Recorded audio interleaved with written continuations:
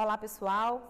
Bom dia para você, ou boa tarde, né? Para quem é da tarde, boa noite, boa madrugada. Não sei o horário que você está aí com disponibilidade para nos acompanhar em mais uma transmissão do CIP, do Sistema Integrado de Prática FADIPA, né?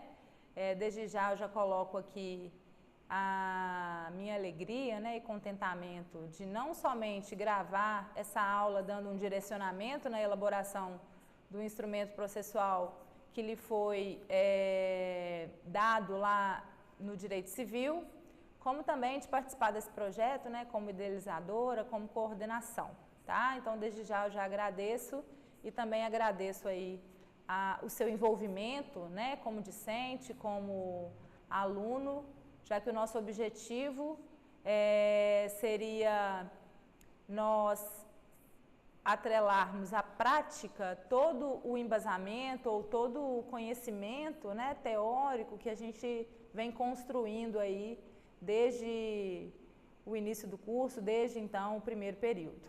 Então, desde já coloco aqui, né, para vocês a minha satisfação e também o meu agradecimento pelo envolvimento nessa empreitada aí juntamente conosco, tá? Antes da gente adentrar especificamente nas nossas considerações sobre a análise, né, de qual o instrumento processual que a gente deve manejar para tutela ali do direito do nosso cliente ante ao caso concreto, eu queria colocar para você sobre a questão da elaboração dessas peças. Num primeiro momento, né, é novidade, então eu vejo que muitos não estão tendo dificuldade, não é uma dificuldade, mas por ser uma novidade que está sendo apresentada nesse primeiro momento, pode aí, né, causar um certo temor ou um certo medo na hora da elaboração, mas saibam que vai chegar um momento aqui na trajetória acadêmica mesmo de vocês, como também posteriormente na vida profissional, que vai se tornar muito natural, né, a elaboração desses instrumentos processuais, já que é o conteúdo e é o objeto da profissão que nós escolhemos, e essa prática sistematizada, trabalhada, né, de forma concreta, de forma planejada, é a melhor técnica, vamos colocar assim, para que isso se torne algo natural e prazeroso para nós, tá? Então, fiquem tranquilos, que vai chegar um momento que não vai precisar nem mais de assistir nenhuma aula, né? Nenhuma aula de direcionamento, porque só dar o caso concreto você já vai saber de letra ali qual a medida, né, que deve ser tomada e qual o posicionamento que você deve ter, então, como profissional, ok? Como iniciantes, nessa empreitada de prática, né, de elaboração de petições, elaborações de recursos, né, seja um instrumento processual cabível, né, que foi lhe apresentado, eu queria, nesse primeiro momento, trazer para você uma sugestão de direcionamento na hora da elaboração do mesmo, tá? Essa sugestão, ela vem aí no sentido, o meu objetivo com essa dica, na verdade, é te dar um foco, te dar um norte, para que você, então, não precise aí ficar, né, quebrando cabeça e, às vezes, passando por caminhos que não são necessários para elaborar, né, a peça processual que lhe foi proposta. Então, num primeiro momento, quando o caso lhe é apresentado, logo abaixo a gente tem ali os passos, né, o passo a passo que o próprio sistema integrado, que o próprio programa te oferece, e a partir dali, então, da leitura, né, da legislação que lhe é indicada, você já vai conseguir, né, sem nenhum problema, sem nenhuma dificuldade, identificar qual o procedimento, qual o instrumento, né, qual a peça processual que deve ser elaborada para aquele caso concreto, tá?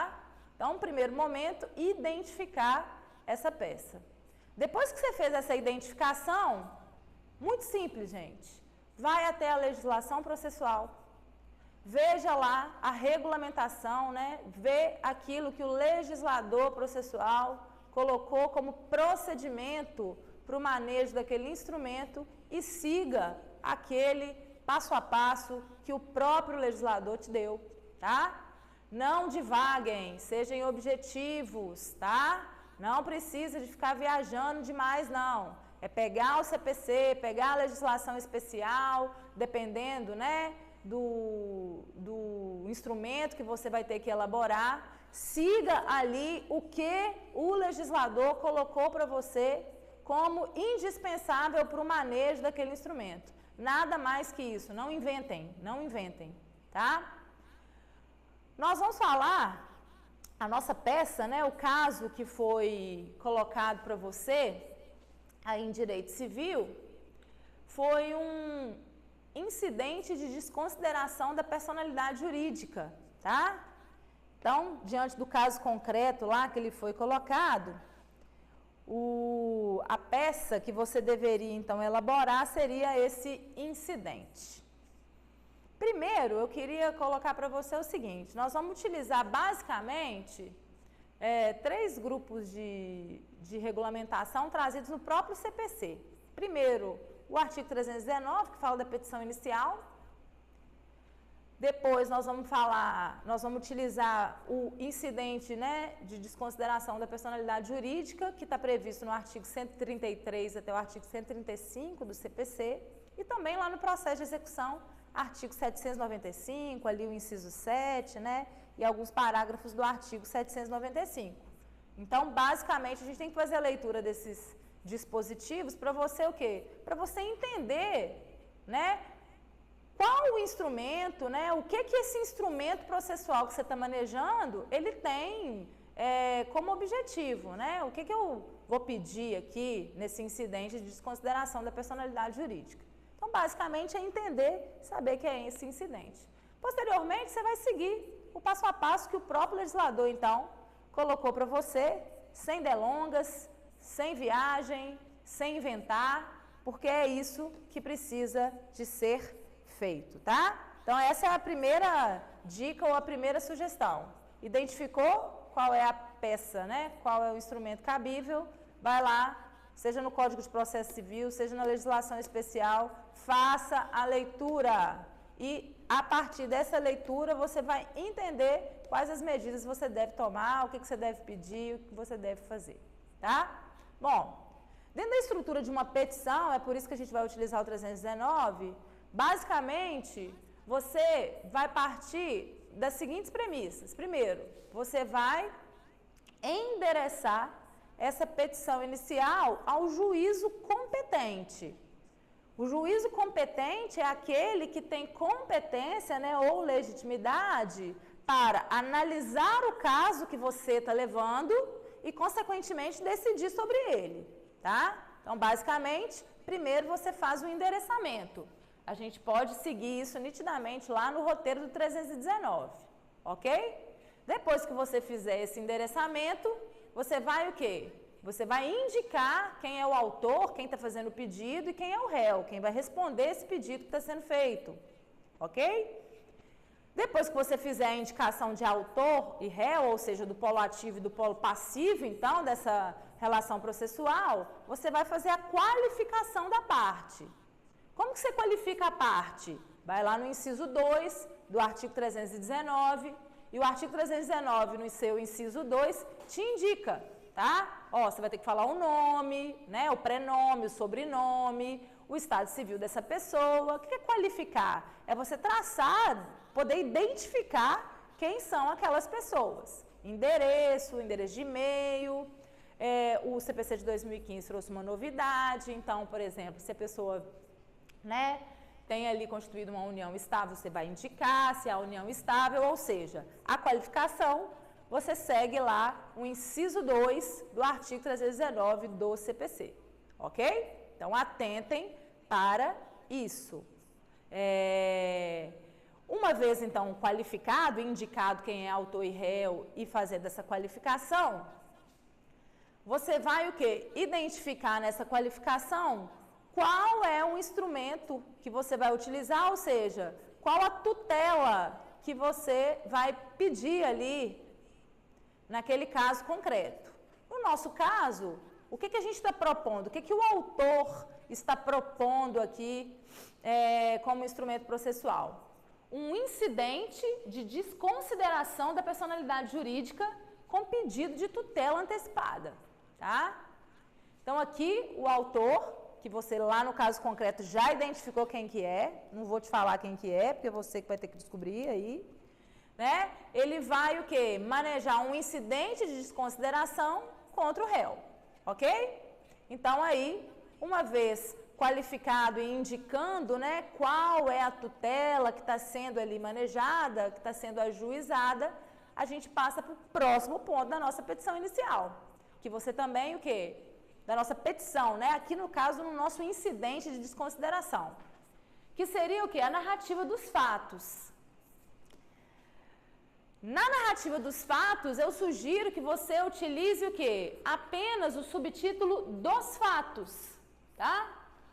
Endereçou, qualificou as partes, colocou lá qual é o instrumento que você está manejando e vai falar dos fatos, coloque dos fatos.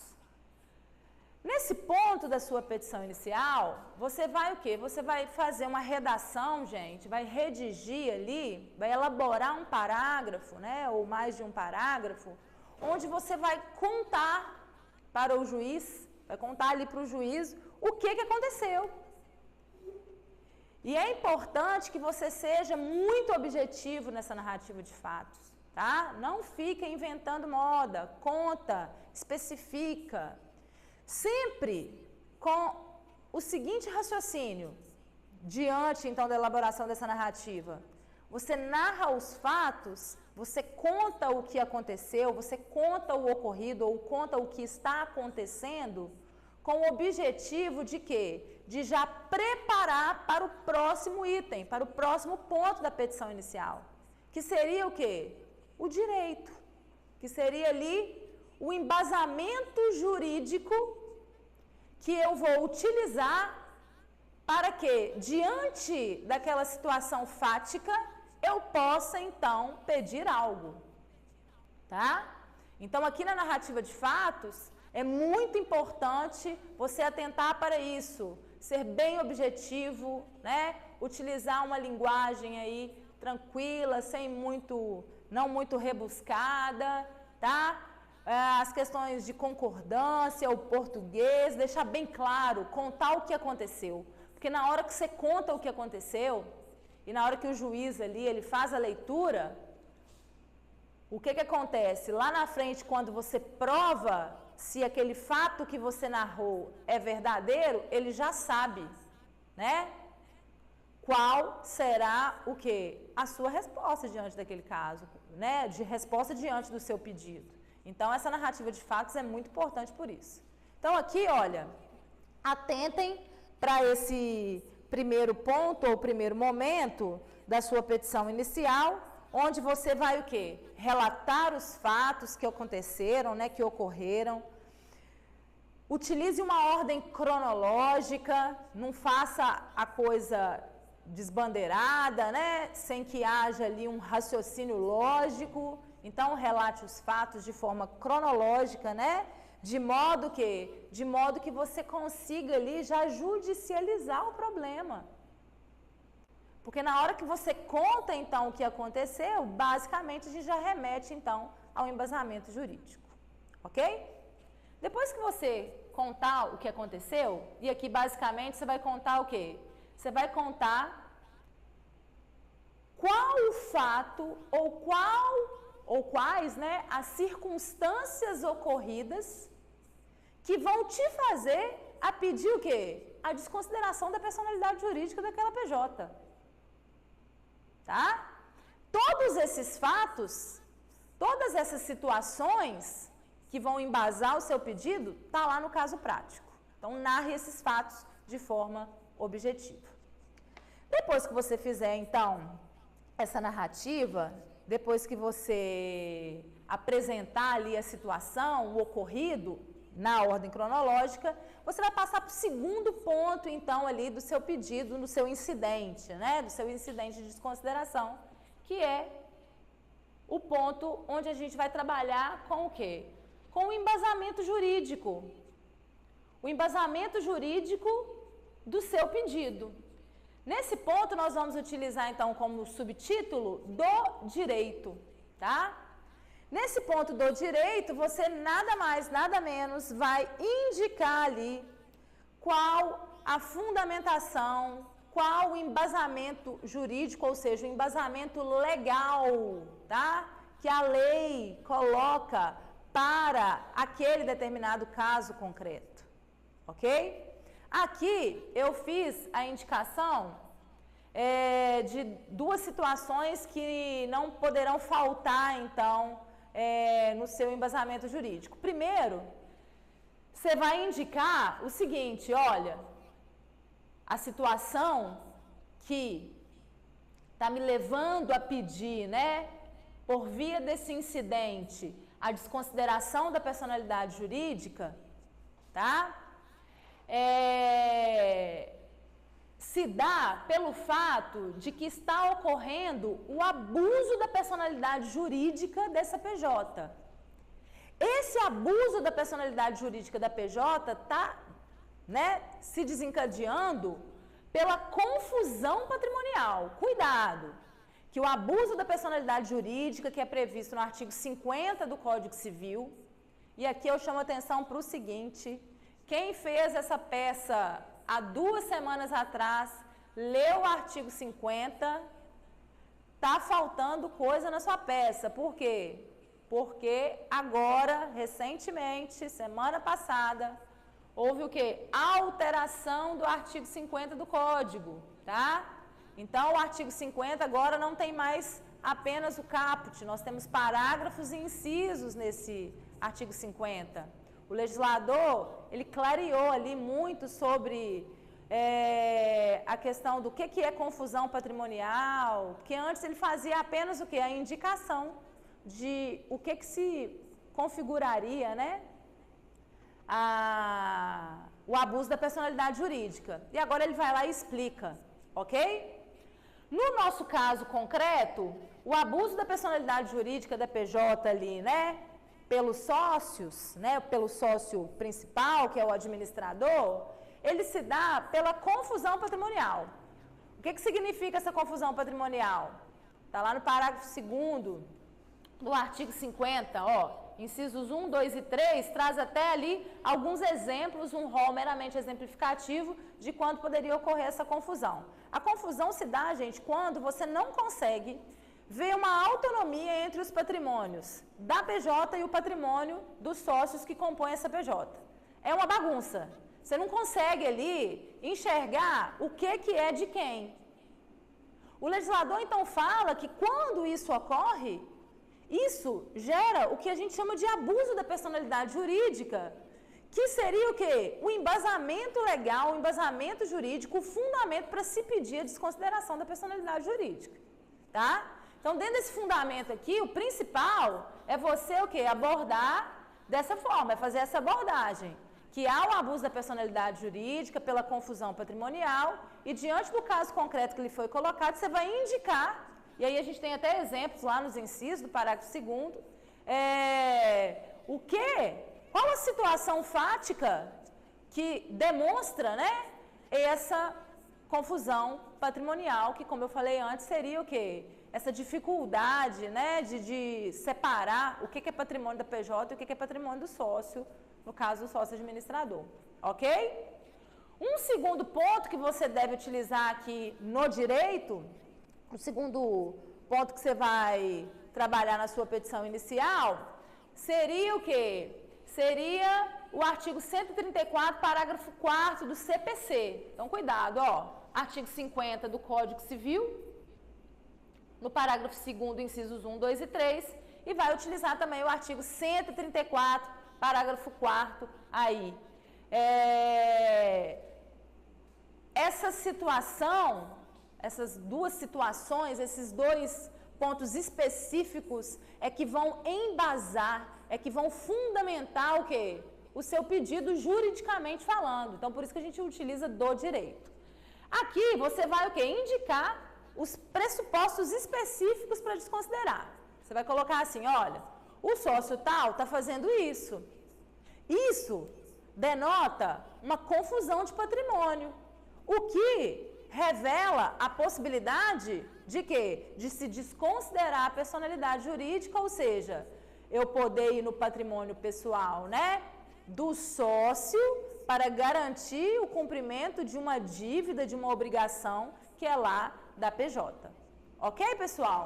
Então, indicou ali que há abuso de personalidade pela confusão patrimonial, indicou, né, quais os pressupostos que são específicos, que são indicados lá no 134, parágrafo 4º, como no 50, parágrafo 2º, nos seus incisos também, você vai o quê? Fechar o seu embasamento jurídico ou a sua fundamentação legal.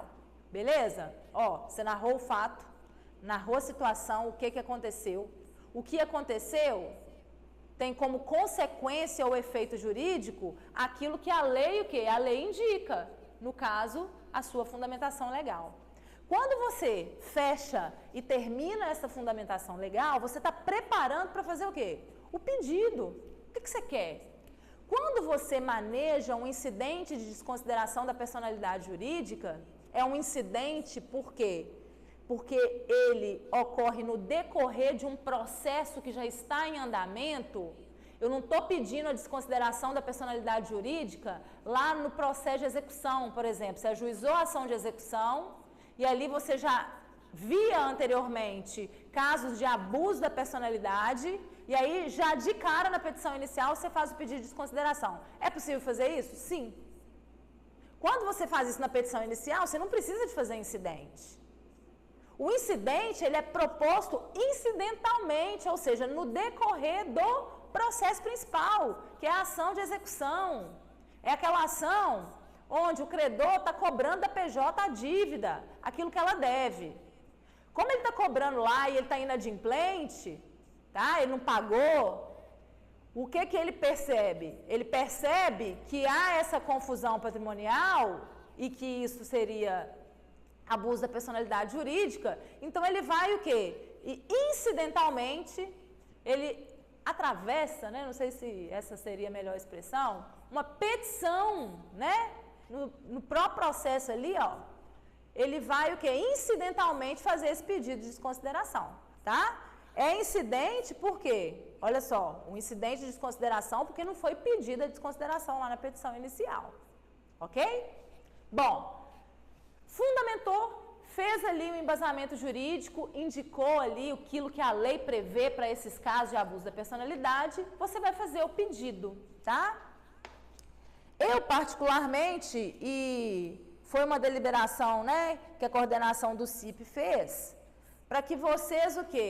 Ao elaborarem a petição inicial, separem o pedido principal dos requerimentos. Isso traz uma clareza para a petição inicial, né, ou traz uma clareza para o incidente ou para o recurso, que tem, assim, efeitos muito positivos quando o juiz que vai analisar a demanda for decidir. Por quê? Porque quando você separa o pedido principal, você torna mais claro e aquilo flui, né, de uma forma melhor, não fica confuso. Então, aqui, a nossa indicação, né, é que você separe o pedido, esse seria o pedido principal, aquilo que você quer, dos requerimentos. Esses requerimentos, pessoal, eles são o quê? Aqueles requerimentos de praxe, né, que você faz ali no decorrer do procedimento ou no decorrer do processo, tá? Bom, depois do embasamento, você preparou, então, para o pedido. E qual seria o pedido aqui? O que você deve pedir no incidente de desconsideração da personalidade jurídica? Adivinha? Você vai pedir para desconsiderar a personalidade jurídica. Só que atentem aqui para o fato que nós estamos fazendo um pedido também de tutela antecipada, tá? Uma tutela provisória aí, de urgência. Nós estamos pedindo uma tutela antecipada. Então, você vai pedir para desconsiderar e que esse pedido de desconsideração seja o quê? Seja, então, deferido em tutela antecipada, tá? Fundamentação lá no artigo 300 do CPC, tá? Então, você pode pedir ali, né, para que o juiz receba, então, esse pedido, esse incidente de desconsideração e, consequentemente, o quê? Desconsidere a personalidade jurídica de plano, tá? via tutela antecipada, né? A priori. Atentem para isso. Depois que você fizer o pedido principal, que no nosso caso aqui é o pedido de consideração, nós vamos passar para os requerimentos de praxe, tá? E aqui, especificamente, é o segundo passo lá do caso concreto. A fundamentação jurídica, pessoal, o do direito aqui, olha, dentro da nossa petição de incidente, aqui, ó, dentro do nosso incidente, seria o passo 1. Todos os artigos, toda a legislação, né, que é indicada no primeiro passo, lá fala, conhecendo o mérito, você utiliza no direito, você utiliza ali na fundamentação legal. Já lá no segundo passo, que fala do procedimento, aqueles artigos ali são muito importantes, e como também quais são os requerimentos de praxe que você deverá fazer. Então, a partir, né, principalmente da leitura, não só do artigo 319, também como dos artigos que permeiam o incidente de desconsideração da personalidade jurídica e da execução, lá, artigo 795, a gente conclui aí alguns requerimentos que precisam ser feitos, tá? O primeiro aí, requerimento, seria o requerimento o quê?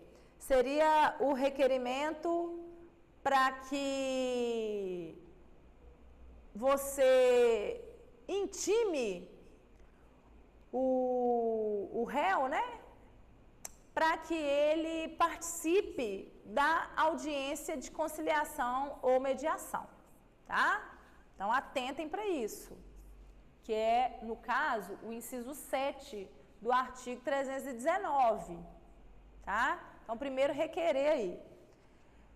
É lógico que você vai fazer esse requerimento se você quiser, né, que haja essa audiência de conciliação ou mediação, tá? Então, eu particularmente, depois do CPC de 2015, a gente sempre abre aí para de plano, a gente já conseguir resolver o problema, para conciliar e já matar, e aí não precisa de dar continuidade, tá? Então, o primeiro requerimento que você vai fazer seria o requerimento para intimar, requer a intimação, né, para que eles, né, tomem conhecimento do incidente. Aqui eu não diria muito citação, pelo seguinte, no caso, você vai pedir a citação posteriormente, para que haja o quê? Para que haja a integração na lide da pessoa jurídica envolvida, como também do sócio ali, que é indicado no caso concreto. Quando você pede para citar, essa citação é no sentido do quê? Chamar as pessoas para integrar ali a lide. Quando integra a lide, você forma o processo. E, posteriormente, você intima para que ela participe, então, ou não, né, dessa audiência de conciliação. Quando você pede para intimar para participar da audiência de conciliação, você está deixando claro ali que você, o quê? Que você opta pela sua realização. É o inciso 7, ó. Opção ou não da ACM, que é a audiência de conciliação ou mediação, tá? Então, atentem para isso. Primeiro requerimento, você pode pedir para citar e para intimar para participar dessa audiência, tá? Um segundo pedido que é um requerimento, no caso de prática, ele é procedimental, que nós devemos fazer, é o requerimento que consta no artigo 134, parágrafo 1º do CPC, tá? Então, depois que você requerer a citação, como também a intimação, você vai requerer o quê? Você vai requerer que seja comunicado ao distribuidor que houve o quê? Que houve, então, né, ali o protocolo desse incidente, tá? Isso está previsto lá no artigo 134, parágrafo 1º, então, do CPC. 2 requerimentos aí nós já indicamos. Qual seria o terceiro requerimento, gente? O terceiro requerimento a gente pode requerer que os bens, né, do responsável pela PJ, que é indicado lá no caso concreto, fique responsável o quê? Pela dívida, né, pela execução que já foi ajuizada em momento anterior, né, na forma do artigo 133 ou do artigo 134 do CPC. Então, olha só, 3 requerimentos. pede para citar e intimar, citar para integrar ali o procedimento, o incidente, e intimar para participar da audiência de conciliação ou mediação. Depois você vai requerer, então, para que haja comunicação do distribuidor quanto, então, ao protocolo desse incidente. E depois você vai meio que confirmar, né, ou vai ali clarear o pedido principal, requerendo o quê? Que os bens do sócio, tá? Que os bens do responsável pela PJ fiquem, então, o quê? Fiquem ali à disposição para garantir, então, aquela execução que anteriormente foi ajuizada, tá? Artigo 133 e 134. Além disso, você vai requerer o quê? A condenação das custas, né, processuais e dos honorários de advogado. Melhor ponto aí, pedir a condenação dos honorários de advogado, né? Precisamos desses honorários. Ok, pessoal? Então, basicamente, esses seriam os requerimentos. Separe lá. No seu pedido principal, você está pedindo para desconsiderar a personalidade jurídica e está pedindo também o quê? Está fazendo um pedido ali de tutela antecipada, tá? E depois você vai fazer esses requerimentos. Quanto à tutela antecipada, você vai fundamentar o seu pedido de tutela antecipada lá no artigo quê? No artigo 300, tá? Do CPC. A tutela antecipada, gente, é uma tutela o quê? Provisória de urgência. Você tem urgência nessa desconsideração pelo seguinte, porque nesse caso, você, primeiramente, já vê ali presente a probabilidade do direito, né, que é o primeiro requisito ali para concessão dessas tutelas provisórias, ou seja, tem uma execução onde foi comprovada a dívida, então a gente vê ali o direito, né, do autor do incidente em relação ao pedido de desconsideração. E o perigo ao resultado útil do processo. Por quê? O que seria esse perigo ao resultado útil do processo? Se não for desconsiderado naquele momento, é possível que esse sócio, que esse responsável pela PJ, ele possa dilapidar o patrimônio dele e também a gente vê aí, mais uma vez, a execução que foi feita anteriormente sendo frustrada. Como houve o abuso da personalidade jurídica e esse abuso da personalidade jurídica foi devidamente comprovado, nada obsta, então, que diante desse perigo ao resultado útil do processo, você peça o quê? Você peça a desconsideração em caráter antecedente, né? Ali eu vou ter uma cognição sumária sobre o assunto. Ok? Atentem, então, para isso. O embasamento, então, do pedido de tutela, artigo 300 lá e seguintes do Código Civil. No requerimento também você vai requer, então, que a desconsideração seja feita em tutela antecipada. Ok? Fechamos os requerimentos. Depois que você fizer, então, os requerimentos, o microfone caiu aqui, depois que você fizer, então, os requerimentos, você vai passar o quê? Você vai fazer a indicação ali do valor da causa, né? O valor da causa está atrelado lá, a dívida, né? A execução, não vou te indicar, você vai lá no artigo que fala do valor da causa, que está indicado no passo 2, no segundo passo ali do caso concreto, e você vai fazer essa indicação. Dá-se a causa o valor de X reais, ok? Depois que você, então, indicar o valor da causa, você vai o quê? Você vai protestar pelas provas, vai requerer provas. Tem muitos colegas que, quando vão elaborar a petição inicial, colocam o requerimento de provas junto com o requerimento. Eu gosto de dar uma enfatizada e de separar, tá? Quais as provas que eu vou requerer? Todas as provas, né, que são importantes para que você comprove, primeiro, que houve abuso de personalidade jurídica, tá? Que houve ali a confusão patrimonial, tá?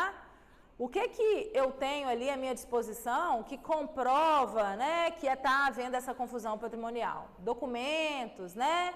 Você pode pedir o depoimento da outra parte, você pode o quê?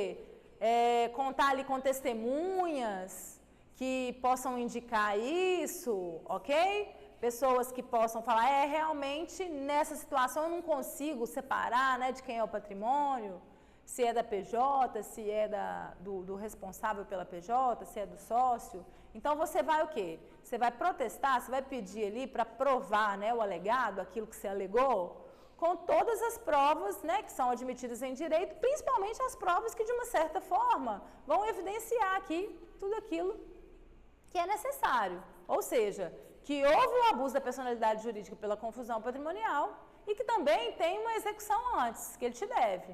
Então, você vai fazer ali a juntada e o requerimento dessas provas. Ok, pessoal? Depois que você, então, fizer o requerimento de provas, você vai, então, encerrar a sua petição inicial, colocando local e data, né, indicando quem é o advogado, assinatura e OAB. Ok? Então, aqui, no que tange ao incidente, a gente pode, né, nessas 3 premissas, pensar um pouquinho na petição inicial, que te traz um roteiro, depois os artigos 133 até o artigo 135 do CPC, como eu coloquei ali, que fala especificamente do incidente de desconsideração da personalidade jurídica, e o artigo 795 do CPC, basicamente no inciso 7, onde fala do processo de execução, né? Aquela execução que anteriormente já tinha sido iniciada e que estava sendo frustrada, haja vista a falta de patrimônio da PJ, tá? Como houve o abuso da personalidade jurídica pela confusão patrimonial, você está pedindo o quê?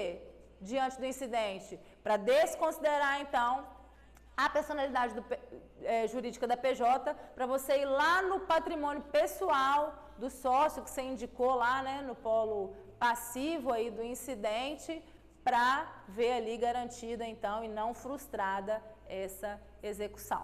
Basicamente, você vai utilizar, então, desse esboço, vai endereçar, qualificar, narrar os fatos, embasar juridicamente com a fundamentação legal, fazer o pedido principal, que é o de desconsideração e de tutela antecipada, requerer, né, os requerimentos de praxe, não se esqueçam lá, não somente do artigo 319, como também do artigo 133 até o artigo 135, posteriormente indicar qual é o valor da sua causa, como também fazer requerimento de provas. Ok, pessoal? Então, a gente chega aqui ao final da nossa abordagem, né, da nossa análise. Espero que tenha sido de grande valia, né, o direcionamento aí para você elaborar o seu incidente de desconsideração da personalidade jurídica. Em momento algum, a minha pretensão aqui era fazer juntamente, né, contigo esse incidente. É você que vai fazer, é você que vai elaborar.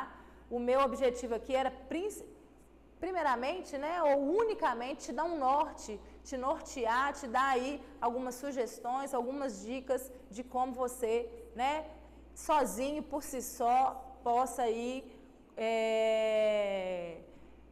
começar, né, nessa sua jornada, né, de prática jurídica, de elaboração de petição, de elaboração desses instrumentos, tá? Então, desde já eu agradeço a atenção de vocês. Estamos juntos, né? Já dizia lá os cantores, juntos e Shalom Now. Fica com Deus. Até a próxima.